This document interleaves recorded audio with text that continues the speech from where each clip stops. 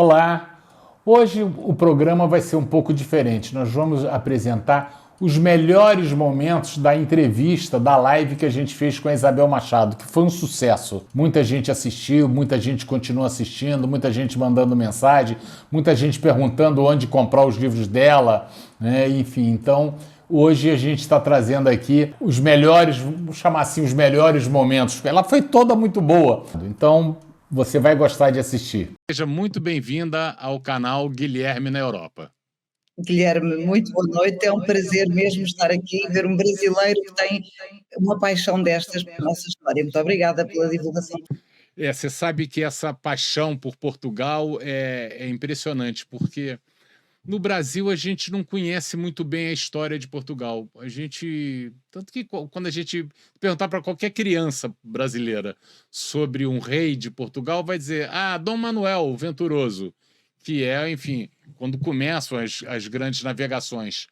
A parte pretérita, ninguém sabe nada. E li, eu acho que tudo que sai publicado, todos os livros que saem sobre reis, rainhas e personagens, infantes, eu leio e me interesso muito.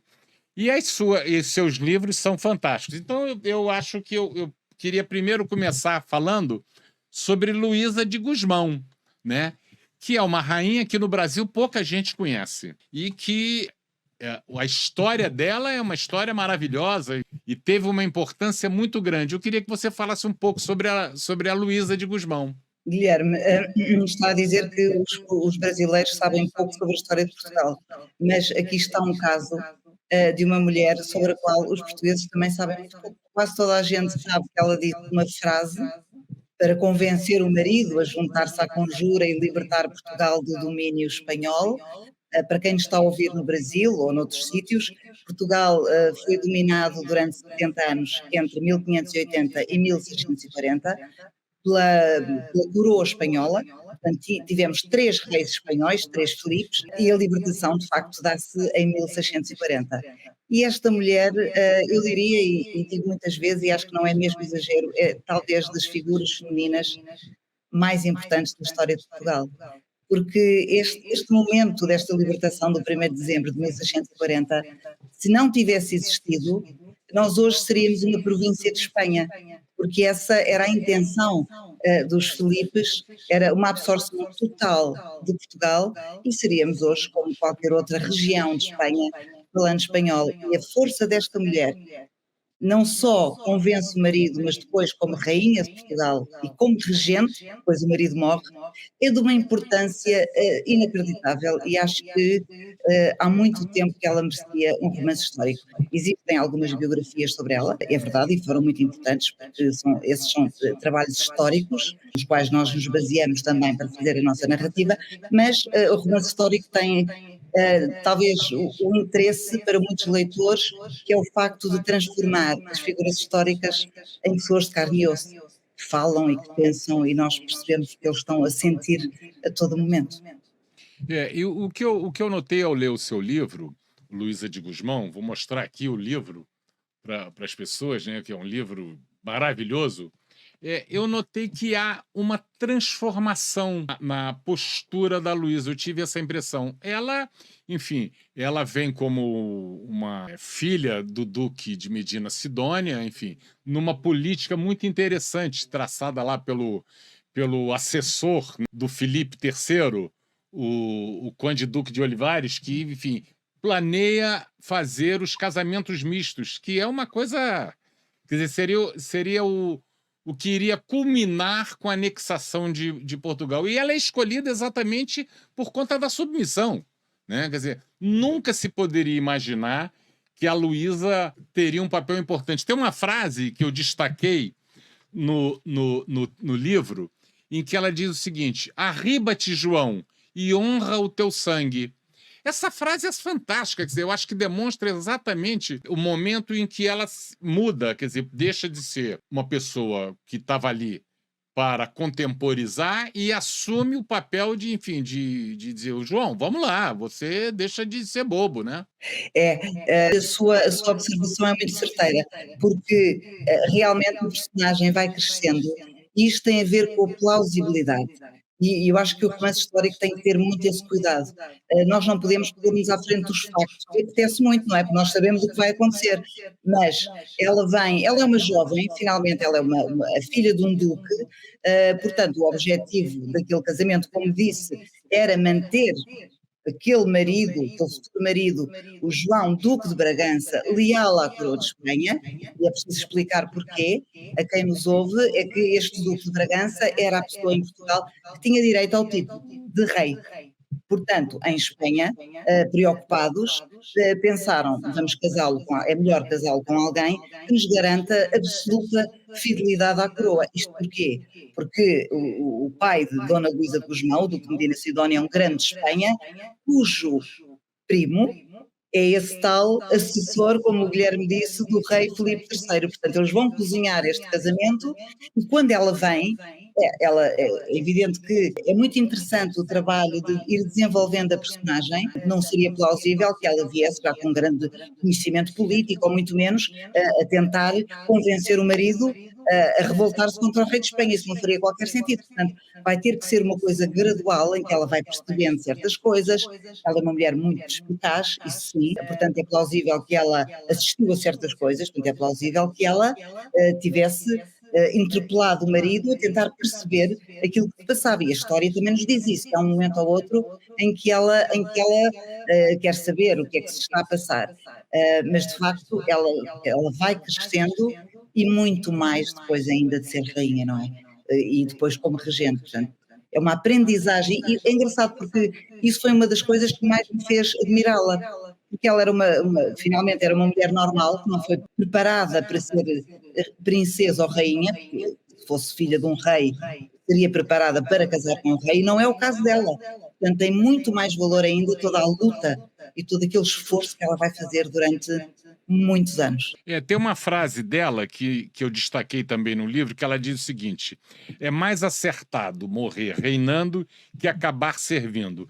E essa frase acabou sendo deturpada, enfim, que as pessoas dizem o seguinte: é melhor ser rainha por uma hora, por um dia, do que ser duquesa a vida inteira. Essa frase nem foi dita, na realidade. Mas ela teria um pouco esse sentido de dizer o seguinte, que é preferindo reinando do que acabar servindo. Exatamente.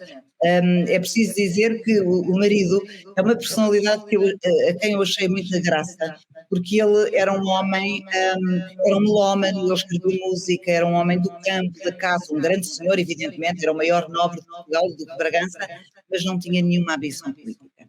E, de facto, ele hesitou muito em apoiar esta conjura para o pôr no trono.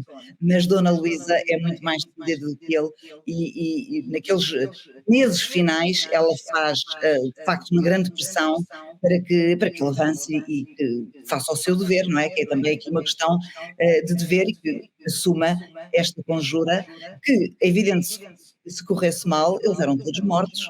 É preciso também pensar nisso. E não só eram mortos, como perdiam tudo. A família, os títulos, as casas, portanto, toda aquela herança familiar de séculos era completamente destruída. Portanto, às vezes temos que nos pôr na cabeça daquelas pessoas, era a vida e era também toda a herança familiar de séculos. Portanto, era uma decisão que era preciso muita coragem para tomar. Mas ele depois disse que sim. A gente nota essa insegurança, quer dizer, talvez melhor dizer cautela do Dom João IV, exatamente com medo de perder ali todos os seus domínios. Quer dizer, ele sabia que a conjura, se desse errado, seriam mortos e perderia tudo. Quer dizer, tem essa grande preocupação dele. Mas a gente vê esse papel da Dona Luísa e ela fica ao lado dele ali, enfim, enquanto rei, e quando ele morre, ela assume um papel preponderante na luta contra a Espanha, quer dizer, que vai perdurar aí um bom tempo. Essa luta vai durar, até já 2 anos depois ainda da morte de Dona Luísa, essa luta dura 28 anos. Muitas vezes aqui em Portugal nós achamos que até temos um feriado, não é, do 1º de dezembro de 1640, e aquele dia ficou tudo resolvido. Não, não ficou tudo resolvido, havia tudo para fazer, havia a diplomacia, havia um reino para criar de novo ao fim de 60 anos, o exército, todas as instituições. Portugal não era reconhecido, a dinastia de Bragança não era reconhecida, o Papa não reconheceu a dinastia de Bragança durante 28 anos, quis ver isso, a importância que isto tinha. Os embaixadores eram perseguidos, os embaixadores que a luta foi muito, muito grande. E ainda por cima também havia portugueses que não queriam este rei português, porque durante 60 anos havia muitas lealdades já aos reis de Espanha, até porque os reis de Espanha, para convencerem também muitos dos portugueses, também os compraram, não é? Dando muitos títulos, dando muitas benesses, muitas mordomias. Aliás, quando eles chegam ao trono, Dom João IV e Dona Luísa, há logo uma conspiração gigantesca de portugueses. E o Guilherme leu o livro, sabe que é verdade. E quem toma a posição mais dura para castigar estas pessoas que, entre outras coisas, tinham planeado a morte de toda a família real, incluindo os 3 pequeninos infantes, Sim. é a Dona Luísa. É a Dona Luísa que vai convencer o marido, sobretudo, a matar uma das pessoas que ele estava ali com algumas dúvidas, não sabia se tinha mesmo a culpa dos outros. E ela tem uma posição muito firme desde o primeiro minuto. E depois, como regente, como disse, depois da morte dele, eu lembro só aqui uma coisa, é que todas as grandes batalhas da Guerra da Restauração em solo português foram todas depois da morte de Dom João IV. Portanto, é Dona Luísa que vai pegar, mesmo na guerra, na diplomacia, tem um papel importantíssimo, ela consegue também o maior triunfo diplomático da história da Restauração é conseguido por Dona Luísa, que é o casamento de sua filha Dona Catarina Casamento de Catarina. com o rei da Inglaterra, Carlos II. Isto é um momento ao fim de 21 anos. Há 21 anos que os portugueses tentavam arranjar uma grande aliança com os portugueses, com um grande exército, e não conseguiam, porque a Espanha estava sempre a boicotar todas as tentativas, não é, dos portugueses se afirmarem. Portanto, ela foi uma mulher sem a qual o Guilherme hoje não estava em Braga, e se estivesse em Braga estava a falar espanhol hoje aqui comigo e de certeza que estávamos a falar de outro tema qualquer. É uma mulher incrível. Agora, você sabe que a gente, quando vê todos os seus livros, quer dizer, a gente acaba vendo que tem uma ligação entre um e o outro. E mesmo lá no Isabel I de Inglaterra, eu até marquei aqui um momento em que a gente nota como é que foi o sentimento anti-espanhol, anti-castelhano, em relação à anexação. Ela diz o seguinte, né, uma quadra popular portuguesa, que o cardeal Dom Henrique fique no inferno muitos anos, por ter deixado em testamento Portugal aos castelhanos. Isso é do lado do livro da Isabel I, né? Enfim, que eu destaquei, que eu achei que demonstra que o povo, quer dizer, a nobreza estava comprada, o alto clero comprado, a corrupção ali, enfim, engraçando, mas o povo, na realidade, estava... Como aconteceu com o mestre de Avis, lá no período interregno, né? Enfim, e que o povo soube dar a orientação correta, né? É muito interessante isso, né? Quer dizer, eles puderam se fiar no povo. Sim, porque o povo finalmente é quem mais perde com estas anexações.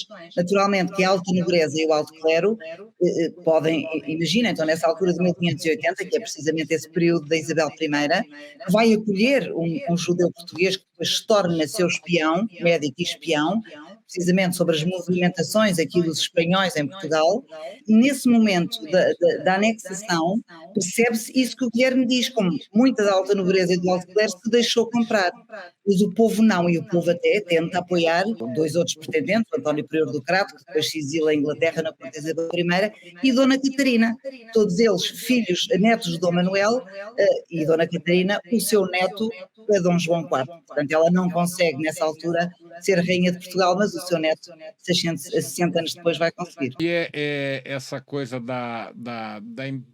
achei muito interessante no momento em que você fala sobre a descrição dos Bragança, quando a Luísa está ali estudando um pouco a genealogia dos Bragança, e ela vê o seguinte: o primeiro duque de Bragança, o Afonso, o meio-irmão do infante Pedro, né? Enfim, filho bastardo do mestre de Avis, não era flor que se cheirasse, como a gente diz no Brasil, né? E aí são os 4 primeiros foram terríveis. E os últimos 4 foram pessoas mais intelectualizadas, mais enfim.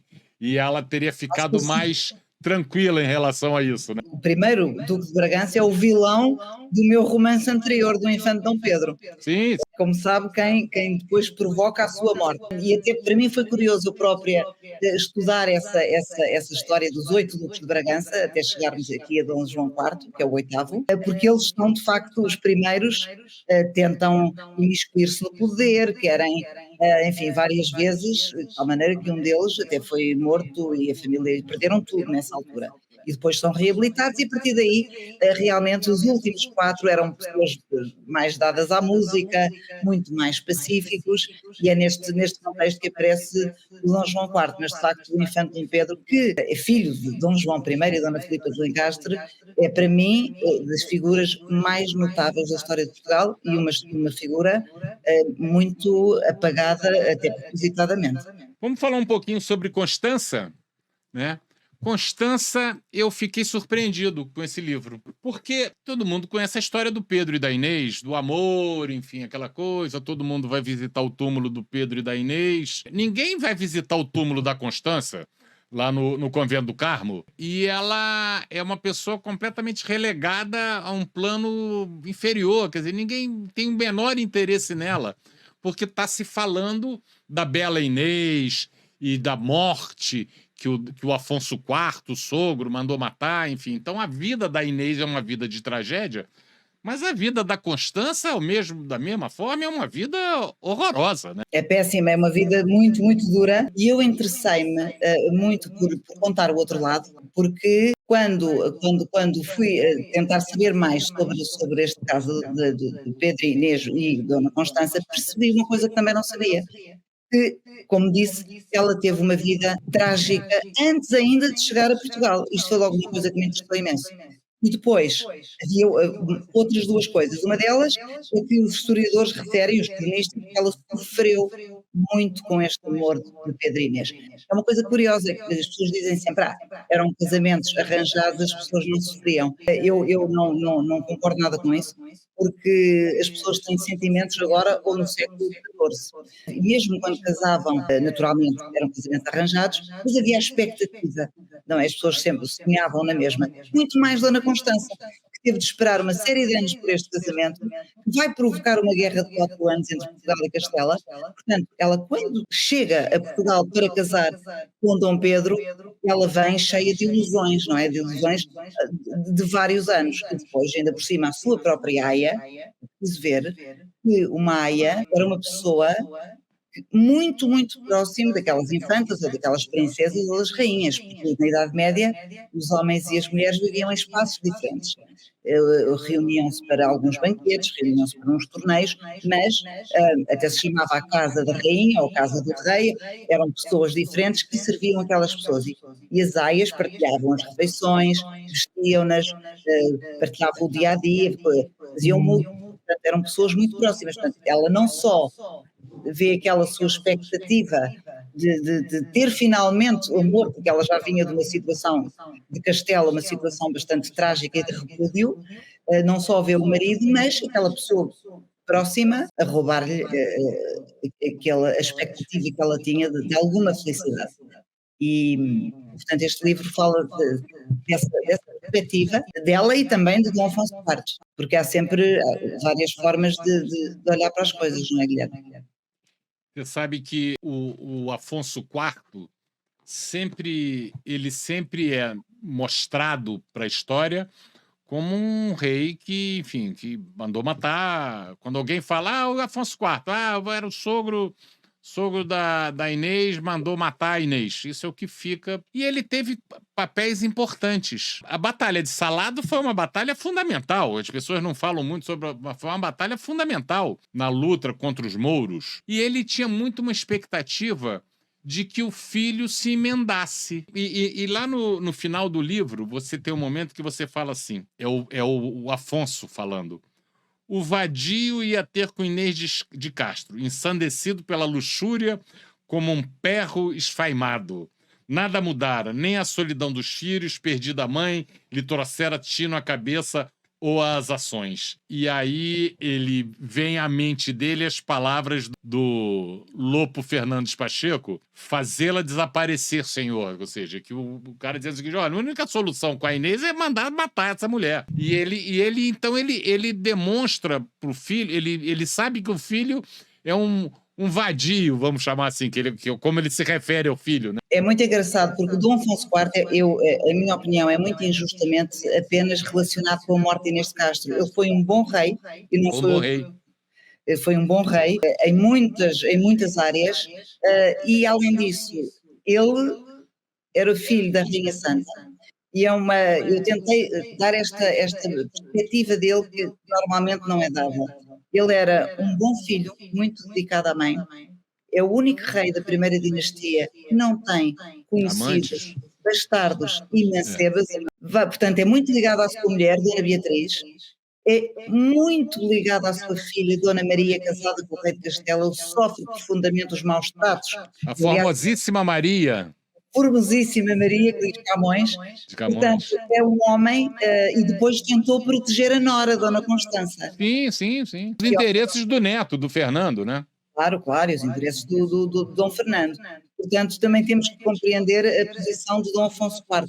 Ninguém defende aqui a morte de Inês, claro que não, isso é outra coisa, mas Dom Pedro era herdeiro único, e Dom Afonso realmente dava-se mal com o filho, queria que ele fosse mais atinado e achava, enfim, portanto, tinha uma relação bastante complicada, ele achava um estovado, isto era a opinião de Dom Afonso IV, e é evidente que o Dom Pedro também não sentindo esse amor, digamos assim, do seu pai, cada vez era mais rebelde. Portanto, aquilo não foi uma relação feliz entre pai e filho, mas tentei também ouvir aqui as razões de Dom Afonso IV, que são muito interessantes. É um homem que também sofre muito com o sofrimento dos outros, que não é nada esta a imagem da história. Claro. Essa vida do Pedro eu acho que acaba se refletindo um pouco no filho, no Fernando. Não é à toa que Camões se refere a ele como fraco rei, faz fraca a forte gente. O Fernando, eu acho que viveu tanto de sabores, enfim, Tem instabilidade. enfim, eu acho que ele acabou pagando um preço alto, né? De ser reconhecido como um rei fraco e que causou um problema seríssimo para Portugal quando ele morre. Mas depois vem Dom João I, a segunda dinastia, portanto ficámos aí a ganhar, temos que ver, mas foi ali um problema que podíamos ter sido absorvidos, não é? Claro. A história de Portugal é fascinante. Isabel, você sabe que esse meu programa é um programa de turismo. Mas é uma coisa um pouco diferente. Quer dizer, eu tento sempre aliar o turismo aos fatos históricos. Então, eu outro dia fiz um programa e eu falava sobre a sede de Lisboa e dizia o seguinte, olha, quando for a sede de Lisboa, não deixe de visitar o túmulo do Afonso IV e da Beatriz, que está lá. Quando estiver lá em Lisboa, for ao Convento do Carmo, visite o túmulo do Fernando e da mãe, e da Constança. E por aí afora, quer dizer, sempre tentando fazer essa ligação. E eu até sugeri os seus livros. Eu falei, olha, lê os livros, os romances históricos, porque é muito interessante. Você, como você é jornalista também, então você consegue aliar os fatos históricos à sua investigação jornalística, né? É óbvio que tem um pouco de ficção nessa coisa toda, mas sem fugir aos fatos, né? O que deve ser difícil.